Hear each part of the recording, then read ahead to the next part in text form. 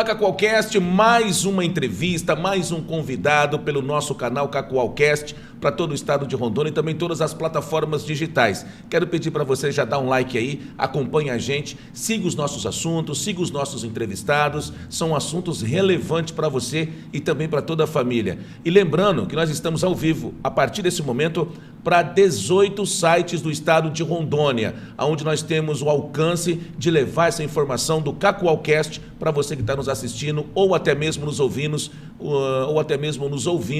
nas plataformas digital. Mas antes eu quero dar um recado da Audiência Fashion Modas e dizer que a Audiência Fashion Modas desse ano de 2024 tem muita tendência na moda e é para a família toda, tá bom? Para você que é homem trabalhador, para você minha amiga dona de casa, para você que é evangélico também, para você que tem sua criança, do infantil, masculino, feminino, calçados, cama, mesa e banho, a Audiência Fashion Modas é completa para você. E o melhor de tudo, as melhores condições para você de Cacoal, você encontra na Audiência Fashion Modas. E aonde fica a Audiência Fashion Modas, Cadu? A Audiência Fashion Modas fica no bairro Teixeirão, pertinho do Sinal, ao lado da lotérica, e toda aquela equipe está esperando você para fazer uma visita e acompanhar as tendências da moda de 2024, que são muitas. Então não esqueça, passe lá na Audiência Fashion Modas e acompanhe a tendência para 2024. Audiência Fashion Modas, a queridinha do bairro Teixeirão. E nós, hoje, recebemos ele, o Everton Ricardo, né? Ele que é desenvolvedor de software, ele que é uma pessoa que tem limitação na visão também, né? Ele perdeu a visão e hoje ele é um profissional montando softwares, tanto para ele quanto para empresas renomadas no estado de Rondônia. E ele tem uma história de superação também muito linda. E nós vamos saber um pouco mais dessa acessibilidade à tecnologia de uma pessoa que não tem visão. É o Everton Ricardo, conhecido como PU. Posso te chamar de PU? Pode. Obrigado por ter aceitado o nosso convite. Imagina, tá? cara, eu que Sempre agradeço. bom ter você, pessoas como você, com história de vida, com superação, e aprender um pouco também da tecnologia, da informação, da rapidez desse mundo, né, de algoritmos que correm por aí, e você vai automaticamente nos dar uma lição de vida e uma lição também de profissionalismo na sua área. Seja bem-vindo e obrigado por aceitar o convite do Cacoalcast, PU. Poxa, cara, muito obrigado. Eu que agradeço, tá, pelo convite, agradeço a você, agradeço ao Max também, aos 18 sites que estão nos dando essa cobertura, essa força, tá bom? Muito obrigado mesmo pelo convite. Para nós é muito importante, cara, tá bom? Valeu demais. Matheus, PU, deixa eu chamar de PU. PU, você está com a camisa da Star Conteúdos, né? Sim. E já passou aqui o Matheus Lima. O Matheus Lima, ele que é professor, encantador, né? Ele é escritor agora, apaixonado pela literatura. Tivemos a oportunidade de gravar com ele um podcast também. Da hora. Foi muito bom conhecer ele. E eu tô vendo que você também está com a camiseta da Star Conteúdos. Você Sim. faz parte da Star Conteúdos? Faço. Eu faço parte da equipe de TI da Star Conteúdos. Então a gente desenvolve lá todo o projeto, tudo que tiver relacionado com TI, acessibilidade de programas e tudo que está nessa área, né, nessa abrangência, é comigo lá, tá?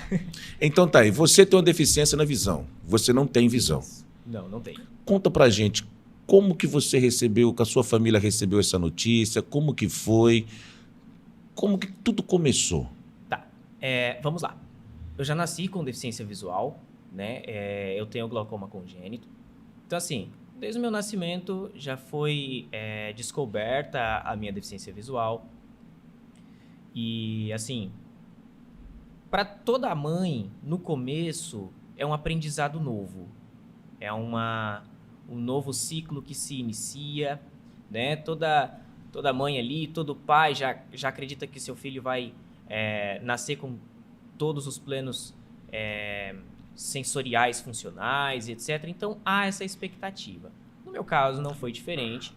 Também, desde o meu nascimento, quando houve essa descoberta, foi com certeza um choque para minha mãe, para os familiares ali envolvidos. Porém, os meus familiares sempre foram muito fortes nessa situação, né? Quando há alguma situação desse tipo, sempre todo o meu conglomerado familiar sempre busca algum tipo de solução, sempre busca entender, compreender o porquê que acontece e buscar alternativas ao lamento, digamos assim. Então comigo não foi diferente. Minha mãe teve essa descoberta, já foi tentado diversas maneiras para tentar solucionar, mas o meu caso não tem Reversão? não tem reversão, já fiz 9 transplantes e etc. E nada resolveu. Então, assim, para nós já aprendemos desde cedo a conviver com situações como essa e nos adaptar a seguir a nossa vida normal, buscando caminhos alternativos, é claro. Obviamente que se você me der um papel em tinta, eu vou precisar buscar um caminho alternativo para lê-lo. Mas isso não nos impediu de estar onde eu estou hoje, na verdade, né? Então, teve sim os seus momentos, mas foram mais momentos bons, mais momentos, assim, de superação mesmo do que momentos ruins, digamos. E como foi você se apaixonar pela informática? Uma pessoa que não tem visão, obviamente, a gente mexer com informática já são para poucos. A pessoa dominar a informática. Agora, você criar software, você, vamos dizer, viver no submundo do computador, Literalmente. para uma pessoa que não tem a visão. Como surgiu essa paixão? Cara, assim, ó, quando eu tinha 8 anos de idade, eu tive o meu contato com o meu primeiro computador, né, na escola. Eu morei um tempo em Pimenta Bueno e, residindo lá, eu tive um contato inicial, contato breve com o computador. E eu achava muito interessante, porque a tela piscava, existiam sons, fazia barulhos, e eu queria saber como que aquilo funcionava. E aí, quando eu perguntava para os meus professores, eles não sabiam me dizer como que aquilo funcionava. Então, E aquilo foi te a encabulando. partir desse momento eu fui ficando pirado. Eu já, não, peraí, eu tenho que saber como é que faz, eu quero fazer eu quero fazer o meu computador e etc. No meados de 8 anos da minha idade, eu retornei para Rolim de Moura. E chegando aqui, eu encontrei chegando em Rolim de Moura, desculpa, eu encontrei o centro educacional. E lá, eu passei pela mesma situação de encontrar computadores falantes, aquela coisa toda. No entanto, em Rolim de Moura foi mais tranquilo, porque me deixaram mais livre para explorar, né? Eu tive o professor Nelson em Rolim que, cara, foi o meu mentor inicial ali para que eu pudesse desenvolver meu primeiro software, meu primeiro script, que a gente chama pequenos programinhas, né, de scripts. Então foi lá que eu consegui desenvolver o meu primeiro, de forma autodidata mesmo, porque, como eu disse, as pessoas não sabem explicar como que as coisas realmente funcionam quando se trata de informática. Porque não é que é uma coisa complicada de explicar, mas é uma coisa muito abrangente. Então, são várias introduções antes de você saber o porquê que um computador mostra uma imagem na tela. Hoje é muito simples, é muito cômodo a gente chegar, assistir um vídeo no YouTube ali que está rodando, mas por trás disso existe toda uma tecnologia. Igual eu estava conversando com o Max mais cedo, a gente estava falando sobre processamento de máquina, né, sobre servidores e coisas bem abrangentes que, cara, para quem está do lado final ali, não tem essa noção. Então eu sempre quis saber como isso funcionava. E eu fui o mais autodidata possível. Por que que isso aconteceu? Vou te explicar. Aos meus 9 anos, eu fui tentar fazer um cursinho de informática. Fui tentar fazer um cursinho básico, ganhei sabe aquelas notas de melhor aluno que a gente acaba ganhando na escola, etc. E numa dessa eu fui premiado com um curso de informática. Óbvio que eu não ia recusar. Vou fazer. Vou fazer. Apaixonado pela informática? Cheguei lá na escola de informática, o professor olhou para minha cara, olhou para a cara da minha mãe e falou assim: então, a gente não tem suporte para pessoas que nem eles, assim, que não enxergam e tal, a gente não sabe como lidar. e a gente não vai conseguir dar o curso para ele. A gente não vai conseguir prestar esse ensino para ele. A senhora não fica, falando para minha mãe, né? A senhora não fica chateada, não. Mas a gente acha que é muito difícil. Ele não... A gente não vai dizer que não vai conseguir, mas é muito difícil. E o assunto encerrou. Conclusão. Não consegui fazer o curso, porque... Não te incluíram? Não me incluíram no curso. Isso foi me encabulando. Aí eu peguei para mim como objetivo de vida mostrar que era possível sim e que eu faria. Então, a partir desse momento, começou a ficar mais tranquila a questão de internet, da gente pesquisar, ter Google e etc. E eu comecei a fazer minhas primeiras pesquisas. Então, aos 11 anos, eu já montei meu primeiro vírus de computador. Seu primeiro vírus? A gente nunca começa com o bem, né? Eu ia te perguntar agora, ué, você é criador de software e vai começar com vírus? O vírus é um software de computador. Mas não é vírus. O vírus em si, né? Ele é um software. Ele é um software de computador. Por que ele é um software de computador? Porque ele possui instruções de máquina. Tudo aquilo que possui instruções de máquina declaradas e definidas é um software de computador. Independentemente se ele vai ser usado para o mal ou se ele vai ser usado para o bem. E a finalidade do seu vírus foi para quê? Então, ele apagava uma pastinha no sistema operacional que se chama System32. E quando essa pastinha ela é deletada, para usuários de Windows vai entender, é claro, gente, assim, na minha época foi um pequeno passo, né? Foi um vírusinho muito simples. No entanto, ele danificava o sistema operacional. Na época do Windows XP ali, né, o Vista, até o 7, cara, apagar essa pasta era o Windows deixava, era um estrago. Ele nem fazia questão. Então, assim, foi o primeiro software ali, o primeiro vírus que eu desenvolvi. Depois, óbvio, eu comecei a fazer sitezinhos, comecei a querer... Mas vírus nunca mais? Não. Vírus não mais. Vírus eu não... Foi só para ter a sensação mesmo de liberdade de que eu consegui fazer algo. Mas depois não, depois foi só sites mesmo. Aí eu comecei a estudar coisas mais profundas, mais úteis. Hoje você vive do seu trabalho como criador de software? Como desenvolvedor de software. Desenvolvedor? Sim, com certeza. Hoje eu participo de um software de código fonte aberto que ele é utilizado em automação residencial. Se chama Home Assistant. Hoje ele é um programa de código aberto que a comunidade, né, se junta para poder criar esse software totalmente grátis. E nós para que serve? Lá. Para que serve esse software? Cara, imagina, você está saindo do estúdio agora, aí você pega seu celular e manda ligar o seu ar-condicionado lá na sua casa, certo? Esse software faz exatamente isso. Ou então quando ele detecta, opa, o Cadu está a 1 km da casa dele, ele está indo para casa, vou ligar o ar-condicionado dele, vou, sei lá, ligar algumas luzes aqui, as luzes que você prefere. Então, esse software, ele automatiza a sua casa. E... Ele é grátis? É grátis, o Home Assistant é grátis. É totalmente gratuito, você só precisa ter alguns conhecimentos prévios ali de tecnologia, mas hoje tem muito vídeo no YouTube para demonstrar, então tá bem tranquilo mesmo, bem E foi vocês que desenvolveram esse software? Não, eu não sou o desenvolvedor do Home Assistant, mas... Porque assim, o Home Assistant ele é muito grande, ele é um software muito abrangente. E cada um desenvolve um pouquinho dele. Então, eu, como não poderia deixar, estive participando da implementação de alguns serviços de acessibilidade, de alguns serviços de assistente de voz. Então, assim, eu tive uma participação com o Home Assistant. Então, o Home Assistant ele é desenvolvido por uma comunidade de pessoas. Ele não é o único desenvolvedor, até porque ele é um software muito grande. Ele é um sistema operacional enorme. Mas a gente trabalha nele lá. O PU, por que PU? PU, vamos lá no porquê de PU. Porque desde que você chegou aqui, as pessoas PU. Pois é, né? Cara, eu tinha 16 anos.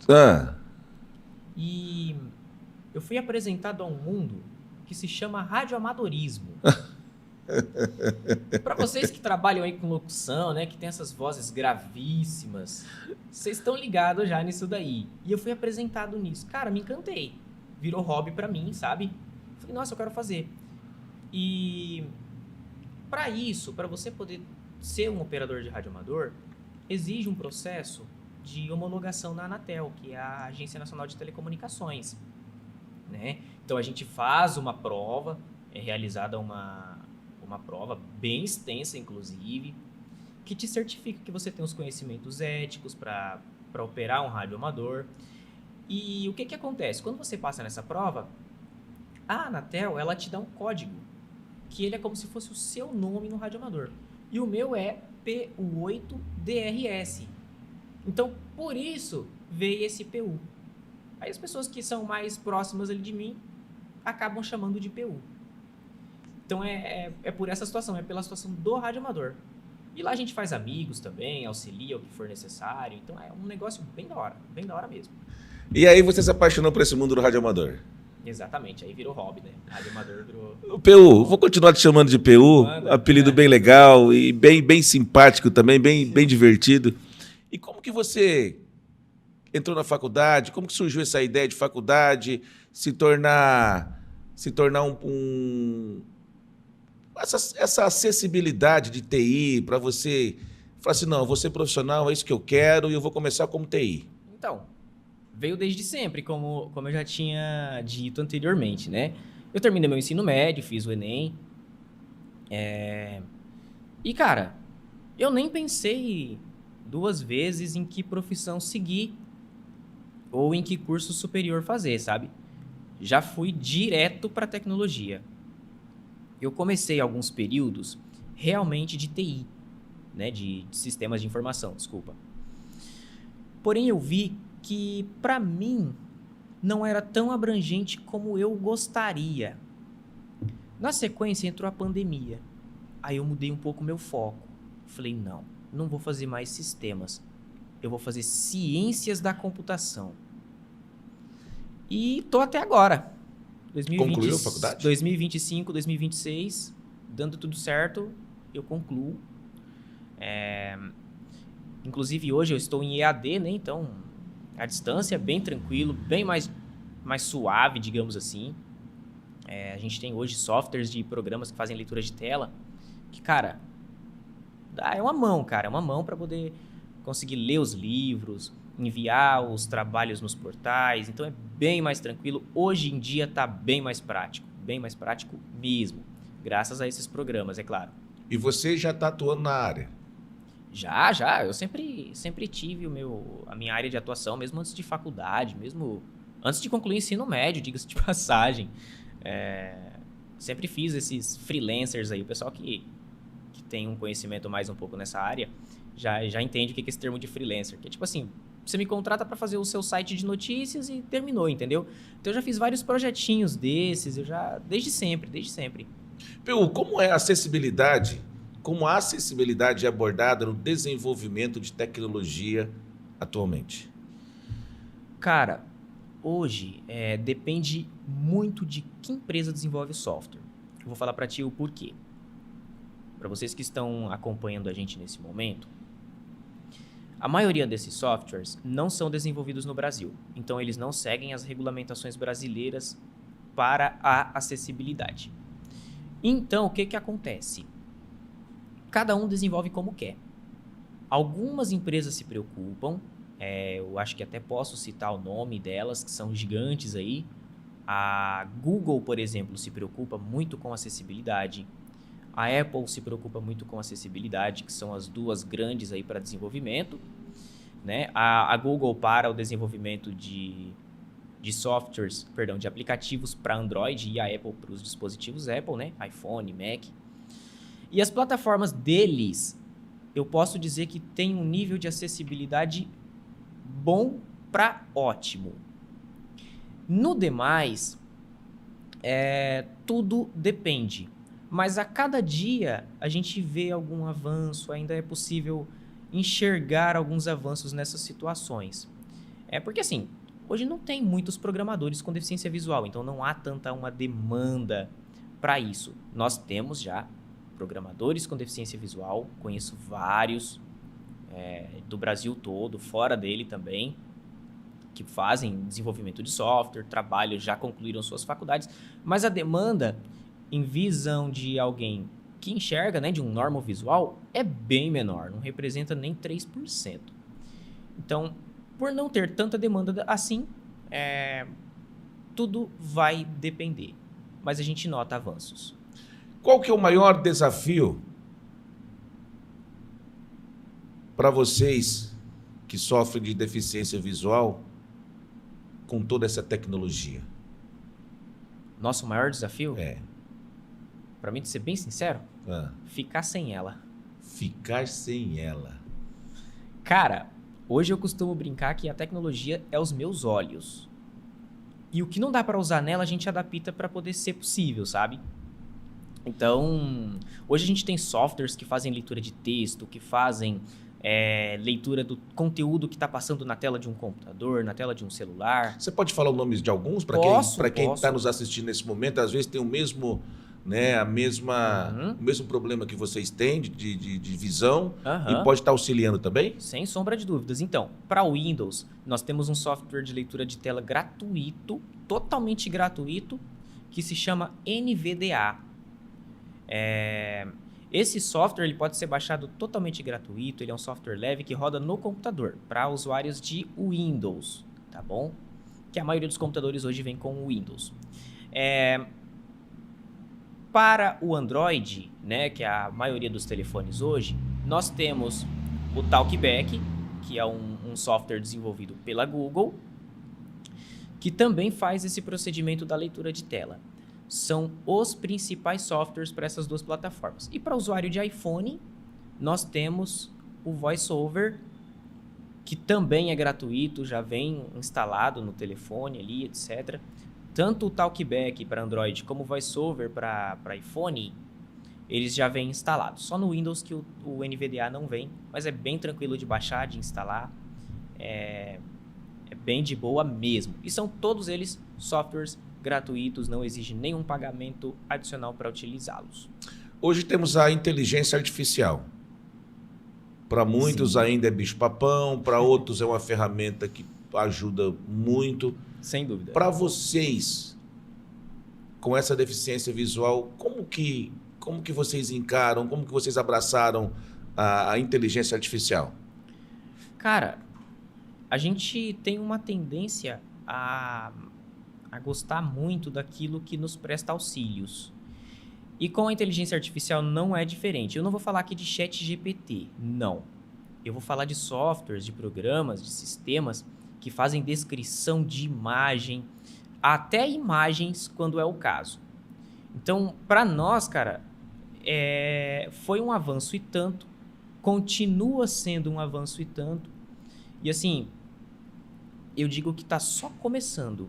Hoje eu estava mostrando mais cedo pro Max um software que faz essa descrição do conteúdo, a gente tira uma foto com o nosso celular e ele faz a descrição do que foi tirado na foto.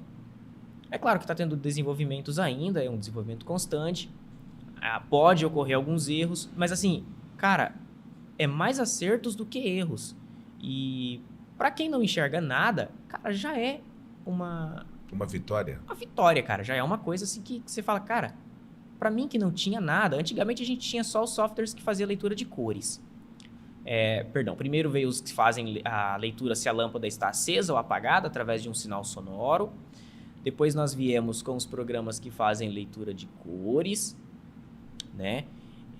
Na sequência nós viemos com aqueles que fazem a leitura das cédulas, né? De dinheiro. E depois os softwares que prestam o auxílio de reconhecimento de objetos, mas é um software que você precisa ligar para um voluntário, aí alguém lá do outro lado te atende, aí já é um ser humano mesmo, né, para poder te auxiliar ali. E agora nós temos a inteligência artificial, que já faz isso numa velocidade muito maior, tem sim a sua margem de erro, mas como eu disse, é mais acertos do que erro, inclusive. Então, cara, tá muito bom, tá muito tranquilo. Para vocês, tá ajudando? Demais, demais. Mas, ô PU, deixa eu te falar, temos também a questão da segurança cibernética para vocês com deficiência visual. Como que vocês, se você conhece pessoas, como que vocês lidam com essa total segurança cibernética? Vamos começar pelo princípio básico. Nós que temos deficiência visual, qual é a orientação que é dada para nós? De princípio, quem não tem visão alguma, utiliza o modo de tela escura, que é um modo que a tela do seu telefone ou do seu computador, ela fica toda preta, como se ela estivesse desligada, e aí você, com um fone de ouvido ou com um volume mais baixo, você ouve ali o conteúdo que está sendo lido. Por que isso acontece? Porque se você estiver no meio de uma operação bancária, a gente talvez não teria noção de que se tem alguém próximo da gente observando que dado que eu estou digitando, né? Ou o que eu estou fazendo. Porque assim, mesmo que tenhamos deficiência visual, mas nós somos pessoas normais, a gente interage, manda mensagem, recebe, paga, enfim, a gente faz tudo o que um normovisual faz, mas com auxílio de leitores de tela. Então, você, por exemplo, tem a dimensão, se está chegando alguém próximo de você, você já sabe se você pode dar uma disfarçada ali, se você pode sair, de repente está numa transação bancária, você não quer mostrar. Então, assim, a gente é instruído a ficar com a tela escura. Agora, falando do ponto de vista de softwares, de uma maneira geral, da segurança dos softwares, até então não houve ainda incidências conhecidas de softwares para acessibilidade que foram usadas para o mal, sabe? Ainda não houve, pelo menos não do meu conhecimento, algum software. O software tal, foi explorada uma vulnerabilidade nele que era possível acessar a câmera de uma pessoa com deficiência visual remotamente. Se tem, eu desconheço. Então, nessa parte ainda está bem tranquilo. Mas é uma preocupação, sim. A gente precisa tomar, sim, os máximos de cuidado possível, né? Se você vai usar o software, não instala software fora do Google Play ou da App Store, que é os softwares, as lojas de download para celular. A maioria desses softwares de reconhecimento, eles são para celular, porque é prático, tá ali no seu bolso, né? Então, nunca instalar dessas outras fontes que não essas que eu citei, a menos que você conheça. Porque são softwares que têm acesso total, têm acesso à sua câmera, têm acesso, de repente, à sua localização. Hoje, por exemplo, você vai chamar um Uber. Eu, lá em Rolim de Moura mesmo, eu ando de Uber para cima e para baixo. A gente pede carro por aplicativo, né? Muito, porque a gente não dirige. Então, são softwares que coletam a nossa localização, então a gente tem que ter muito cuidado com essas situações, sim. Existem, sim, riscos, mas com as devidas diligências, eu acredito que a gente consegue minimizar essas possibilidades. Falando em softwares, você que é criador de software, quais são... Você pode contar para a gente os abertos que você participa e os fechados que você não pode falar para a gente por ser terceirizado, né? Você dá pelo menos segmento? Sim. De qual linha são os softwares que vocês constroem? Com certeza. Então, primeiro, os softwares de leitores de telas, né? O NVDA, ele é um software de código-fonte aberto. Então, já houveram algumas contribuições da minha pessoa para o NVDA. Já houveram, como eu disse anteriormente, contribuições da minha pessoa para o software Home Assistant, né, que é o de automação residencial. E assim, cara, tem vários softwares que a gente acaba desenvolvendo ali, às vezes tira 45 minutos do nosso tempo, vai lá, ajuda, presta os auxílios, manda uma linha de código aqui, uma linha de código ali, colaborou, a gente acaba nem lembrando mesmo. Mas, já no ponto de vista de softwares fechados, eu já fiz software para marketing, né, para empresas de marketing que precisa otimizar, por exemplo, suas postagens. Hoje, por exemplo, para vocês coordenarem 18 sites é muito complicado, né? Hoje vocês têm um conglomerado gigante, cara. Então, hoje vocês precisam... aliás, vocês precisam não, vocês já têm, mas vamos supor que não tivessem, precisariam de uma ferramenta para otimizar tudo isso, para publicar tudo isso de uma vez. Então, eu já participei de softwares, já desenvolvi do zero softwares que fazem esse trabalho, já desenvolvi softwares, inclusive, para fazer coleta de dados de aparelho celular, enfim, diversos, cara. Nessa parte de softwares fechados, eu posso dizer que foi bem mais do que os softwares abertos, é claro. Matheus, eu entrevistando você, eu sempre lembro do Matheus, que eu acabei olhando na minha canequinha também, que ele deixou de presente para o nosso Cacoalcast, Star Conteúdos, show, cara. acessibilidade e marketing a serviço da inclusão. Estava olhando aqui, lembrando dele, do livro dele. Um abraço para o Matheus. Um abraço para o Matheus. Obrigado, Matheus, por participar também do programa com a gente e somar, né, na vida de muitas pessoas com seus depoimentos, com sua história de vida. É sempre bom ter você. E logo nós vamos trazer ele também, o PU, para a gente falar um pouquinho sobre educação financeira. Nossa, né? Ele deu um feedback para a gente sobre educação financeira. É um tema muito abrangente, muito legal. Em breve nós vamos trazê-lo novamente para falar para a gente sobre um pouco dessa educação financeira. PU, qual a sua dificuldade desde que você perdeu a visão, desde pequena assim? O que mais te deixa apreensivo sem a visão? Você consegue ver, enxergar vultos ou você é 100% sem visão? Vamos lá. Existem algumas controvérsias sobre isso. Eu sou declarado como cego total. No entanto, eu enxergo a claridade e as cores muito fortes. Por exemplo, eu sei que eu estou na frente provavelmente de um painel de LED ou de um display, que eu estou vendo uma luz vindo aqui, né, bem forte até.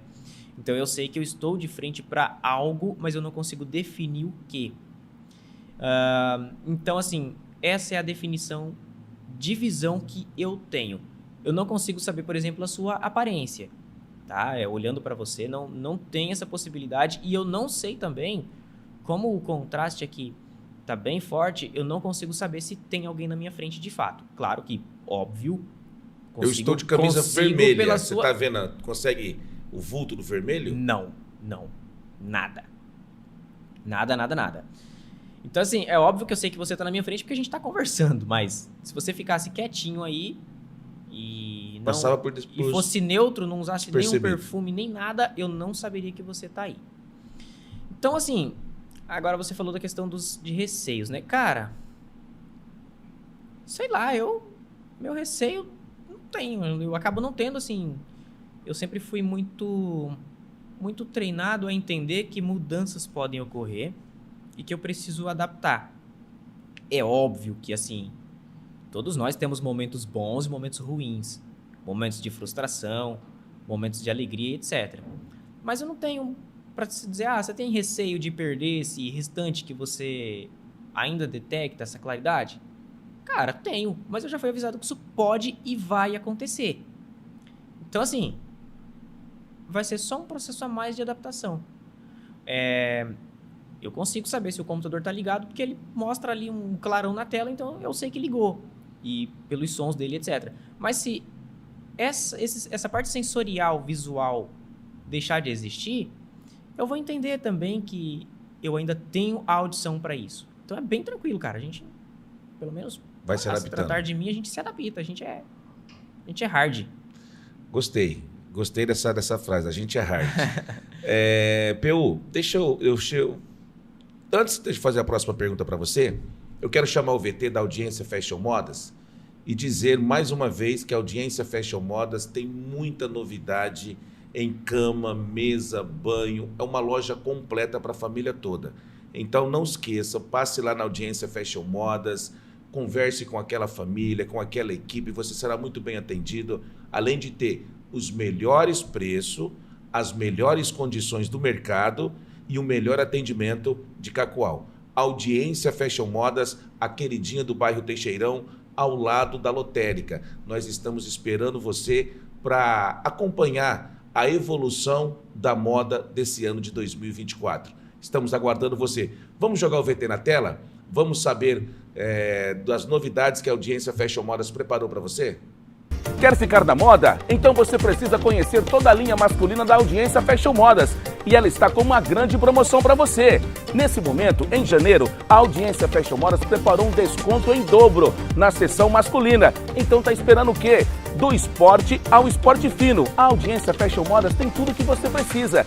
tênis, calças, calçados, shorts e muito mais. Venha para a Audiência Fashion Modas e confira o nosso desconto em dobro para você. Audiência Fashion Modas, a queridinha do bairro Teixeirão. Continuando por aqui, com o meu amigo PU, ele que é o craque, né, em desenvolvedor de site, né, de programas também. E o primeiro programa que ele desenvolveu, como ele disse no começo, foi um vírus. Você deletou esse vírus, pelo amor de Deus, né? Ah, deve estar rodando por aí. Não, brincadeira, gente, brincadeira. Pelo amor de Não, Deus. Deletou, né? Não saiu dos laboratórios da escola. Deu um Ctrl-Alt-Del. Deletou. Nunca faça isso, né? Não, Nunca gente, faça isso. Até assim, ó, se tem algum jovem agora que tá iniciando, né? Cara, é interessante você fazer pro seu conhecimento, mas não faz pro mal não, porque é muito chato, afeta muitas pessoas ali. Você se sente razoavelmente engraçado porque você conseguiu fazer, mas não é algo bom, inclusive não é algo legal. Naquela época eu fiz, obviamente que pelo conhecimento e por não medir uma possível consequência que poderia trazer, tá? E trouxe, inclusive, meu professor teve que pagar a formatação do computador porque eu soube fazer o vírus, mas não soube formatar a máquina depois. Você conseguiu construir o vírus? Eu construí. Mas formatar não conseguiu? Não consegui. Foi uma época meio obscura da formatação dos computadores ainda, e a acessibilidade para quem precisava formatar computador naquela época era zero. Ah, mas se fosse hoje, estava tudo certo. Mas hoje não, hoje a gente formata, faz tudo. Isso aí não tem... PU, com as leis atuais, como as leis atuais afetam hoje na acessibilidade em tecnologia? Elas já são suficientes? Sinceramente, não. Hoje o país nem tem estrutura suficiente para poder fiscalizar a cobertura dessas leis. Hoje temos mais celulares do que pessoas. Consequentemente, nós temos muitos softwares, muitos sites, e não daria para fiscalizar tudo. Mas existem sim leis que pedem, leis, portarias, que pedem o mínimo de acessibilidade possível em algum site. Não só as leis, mas existem consensos de software. Hoje, quando nós estamos desenvolvendo um software, é indicado para nós que coloquemos recursos de acessibilidade. A própria IDE, que é o sistema que a gente usa para desenvolvimento, ele já tenta coordenar para que nós coloquemos acessibilidade. Então, assim, de uma maneira geral, já existem essa tentativa de conscientizar os desenvolvedores de softwares, os web designers, a tentar criar uma experiência o melhor possível para todos. Mas, ainda assim, não é o suficiente, porque tem que ter uma conscientização mais precisa, tem que falar mais sobre isso, tem que mostrar mais na prática como tudo isso funciona, criar mais materiais para que os desenvolvedores de software possam entender como de fato é a implementação da acessibilidade em um software, em um website, uma plataforma ou em qualquer outra coisa eletrônica que tenha, né, que exista. Mas isso a gente acredita que com o passar do tempo vai se tornando mais normal, vai se tornando mais tranquilo. E as políticas governamentais? Você acha que estão acompanhando o ritmo de inovação tecnológica em termos de acessibilidade? O governo tem leis para que os serviços sejam minimamente acessíveis, sejam minimamente apresentáveis a pessoas com qualquer tipo de deficiência. Inclusive, quando você abre os sites ali do governo, sempre tem aquele íconezinho da Libras embaixo, já tem os ícones de contraste em cima para você, né, deixar o fundo preto, letra branca, aumentar, diminuir a fonte. Inclusive, o sistema de reconhecimento facial do Gov, né, que é o sistema lá do governo, cara, comigo funciona muito bem. Enquanto de vários outros bancos aí fechados, é horrível, é triste. E o do governo funciona muito bem. Então a gente vê que está tendo sim algum tipo de empenho. Estão tentando. Qual que é o papel da educação na promoção da acessibilidade na tecnologia, na sua opinião? Então, como eu disse lá no começo da nossa conversa, que me foi negado cursos por conta disso, cara, conscientizar. Conscientizar, pegar, chamar o professor, dar um curso para ele, um curso de continuação para que ele entenda como um programa de computador funciona, como que um aluno com notebook dentro de sala de aula, o aluno que eu me refiro é o que tem alguma deficiência, seja ela visual ou seja ela auditiva ou qualquer outra, chamar esse professor e explicar como os softwares que ele utiliza funciona, para o professor não ficar perdido, ou deixar o aluno lá com o notebook em sala sem aplicar a atividade. Já aconteceu isso comigo, de professor me deixar na sala com o notebook fazendo exatamente o que eu quero. Por não saber como lidar. Não é culpa do professor, é porque não teve para esse profissional a conscientização necessária, o treinamento necessário. Então, assim, melhora muito as coisas se hoje tivesse...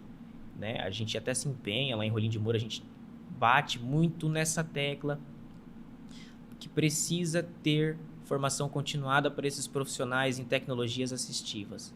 Precisa ter. Se não tiver, o professor não consegue, ele não sabe como lidar. Peu, você que desenvolve muito software, trabalha com isso o tempo todo, que já disse pra gente que o seu medo é ficar sem a tecnologia. Quais são os planos futuros? Você tem algum software que você tem vontade de desenvolver para que possa ajudar as pessoas que têm essa dificuldade da visão? Então, de bate-pronto, não. Eu prefiro fazer o software, entregar e correr atrás do próximo software com uma inovação maior, sabe? Mas... alguns projetos que passam ali, né, pelo meu roadmap seriam basicamente esses softwares que possuem inteligência artificial para reconhecimento de objetos, né, para reconhecimento de artefatos ali. Artefatos que eu me refiro são coisas, qualquer coisa que você consegue visualizar. Isso eu acho que precisa expandir muito mais, está só no começo, então talvez no futuro eu desenvolva um software nessa categoria, um software para chamar de meu mesmo ali. Para carimbar, falar esse é meu, tá livre, né? Seja ele pago ou seja ele de código fonte aberto, mas para chamar de meu ali. Explica para quem está nos assistindo nesse momento o que quer dizer código de fonte aberta. Vamos lá. O que é um software de código fonte aberto? Eu tenho certeza que a maioria aqui já ouviu falar do Telegram. Já viu? Você acho que conhece o Telegram, né? O Telegram ele é um aplicativo de código-fonte aberto. O que significa? É um aplicativo onde existe uma comunidade que é livre para desenvolver o software e chegar no consenso de melhorias para esse software. Então, os programadores, a equipe que faz a gestão desse software, que rege as políticas desse software, são pessoas que estão ali para o software, não é uma empresa fechada, qualquer um pode ir lá, qualquer programador pode ir lá, baixar o código-fonte. O que é o código-fonte? São instruções para a máquina, para o computador entender o que fazer. É para mostrar o logotipo na tela? Então isso é um código, é uma linha de código, entendeu? E o código-fonte é como se fosse o livro do programa. Faça isso, mostra tal coisa na tela, reproduz o áudio. Então, esse é o código-fonte. Quando ele é aberto, certo? Aberto. Qualquer um pode ir lá. Fechado é aquele código, aquele programa, aquele sistema que um programador, se ele pegar o software e tentar ver o que tem dentro, ver como ele foi feito, não consegue, né?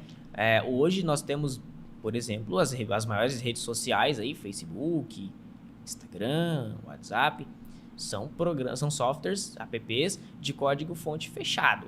E bem fechado. Tanto é que hoje existem diversas restrições que eles aplicam ali, etc. Então você não consegue ver como que o WhatsApp é feito. Onde fica a pasta de som. Sabe quando você vai gravar o áudio que ele faz aquele barulhinho? Então, aquilo é um arquivo, aquilo é um som, tá dentro do código-fonte. E, obviamente, de maneiras legais, você não consegue saber, por exemplo, como que aquele software foi feito. E nem o que ele realmente faz. Vou brincar um pouco aqui com imaginação da galera. Imagina que você pega ali e baixa um joguinho, que é de código-fonte fechado. Você tem conhecimento de programação. Tá lá jogando, você fala, peraí, deixa eu ver se esse jogo não tá pegando o meu telefone para poder minerar criptomoedas, por exemplo.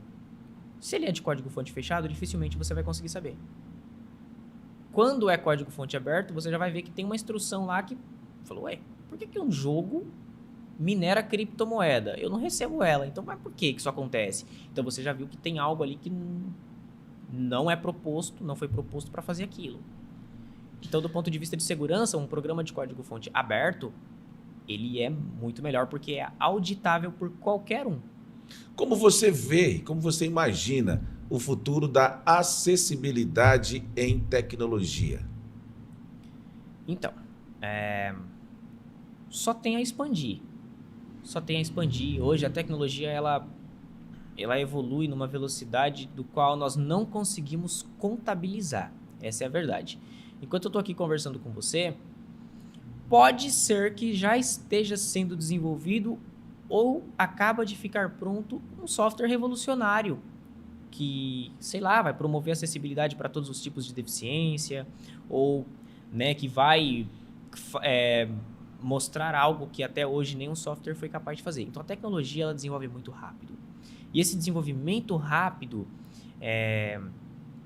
possibilita que novas coisas, novas possibilidades surjam. Então, assim, para os próximos 10 anos aí, eu acho que a acessibilidade vai ser uma coisa muito normal, muito comum, falando do ponto de vista de software, claro. Peu, e quais são as inovações que você gostaria de ver nos próximos anos para melhorar ainda mais a acessibilidade? Se você pudesse falar assim, não, vou incluir isso, vou colocar isso, que isso vai ser bom, e quais seriam? Cara, uma rede social, um Instagram, por exemplo.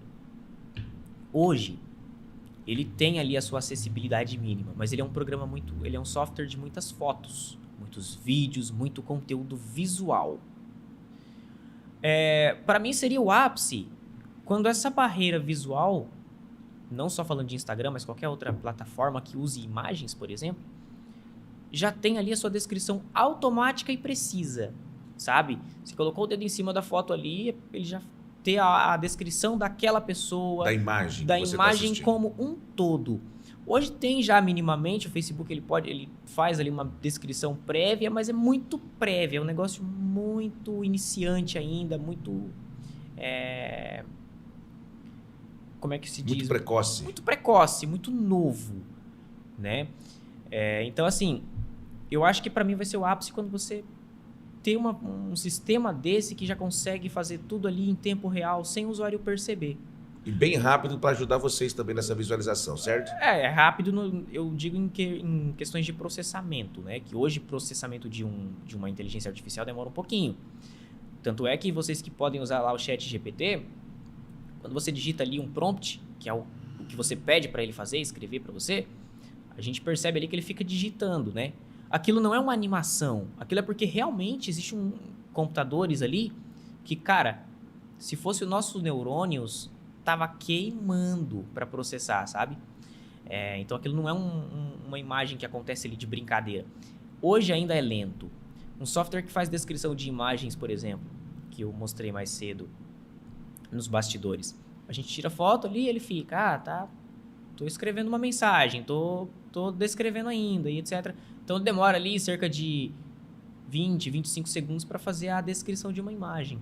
Vai chegar um tempo que é muito possível que isso seja instantâneo. Você manda a mensagem e ele já te retorna outra com o conteúdo da descrição. Então, assim, isso vai ser, acredito eu, que o ápice vai ser algo muito normal. Peu, já se passaram praticamente 1 hora. Caraca. 1 hora. Gente. Nesse bate-papo, nessa informação tecnológica. Nossa, não vi o tempo passar, cara. Foi muito bom falar com você. E a pergunta final que a gente sempre faz aqui no nosso Cacaucast, o que você falaria para as pessoas que têm essa deficiência visual e têm vontade de se aperfeiçoar, entrar no mundo da internet, viver, se profissionalizar desse mundo da internet como você? O que você faria para esses jovens, para essas pessoas? Gente, assim, primeiramente, corre atrás. Nada vem até nós sem que nós corramos atrás. Se lá no passado eu tivesse aceitado o não que me deram pra... realmente ele tem razão, eu vou deixar quieto, eu não estaria aqui nesse podcast hoje. Então, corre atrás. Você tem ali o desejo de ser um programador, um desenvolvedor de software, um especialista em segurança da informação, né? Segurança cibernética. Cara, corre atrás. Vai. Hoje tem audiobooks, hoje tem leitores de tela, softwares que fazem leitura de tudo. Tem como se profissionalizar. Tem como. É possível sim. Eu tô dizendo isso para ser coach nem nada, mas assim, hoje é possível, cara. Só basta querer. No quesito de software, fácil não é, porque sistemas em si já é um negócio complicado por padrão, para quem enxerga, para quem não enxerga, para quem ouve, quem não ouve, enfim. Mas no nosso caso que não enxerga é bem complexo, mas não é impossível. Eu costumo dizer que, cara, se você recebeu um não, esse não foi só um feedback. Usa esse feedback para tentar uma alternativa diferente para da próxima vez você conseguir um sim. Obrigado, PU. Obrigado pela sua participação. Eu agradeço demais. Foi muito bom conversar, saber um pouco da sua história. Que continue desenvolvendo altos softwares, né? Bora. E quem sabe aí estourar com software aí mundialmente, até quem sabe não uma rede social. Gente, falamos com o nosso querido amigo PU, ele que é profissional na área da internet. Isso é muito legal, com deficiência visual e um grande profissional. Então, não deixe nada te abalar, busque, corra atrás dos seus objetivos, dos seus sonhos e conquiste e chegue aonde você quiser. Acredite.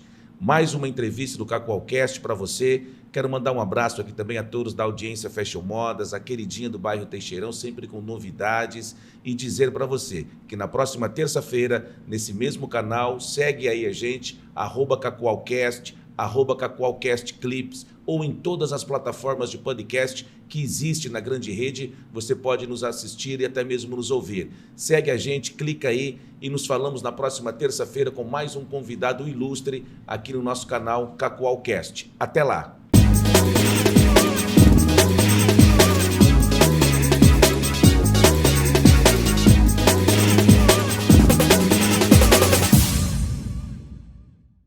Quer ficar na moda? Então você precisa conhecer toda a linha masculina da audiência Fashion Modas.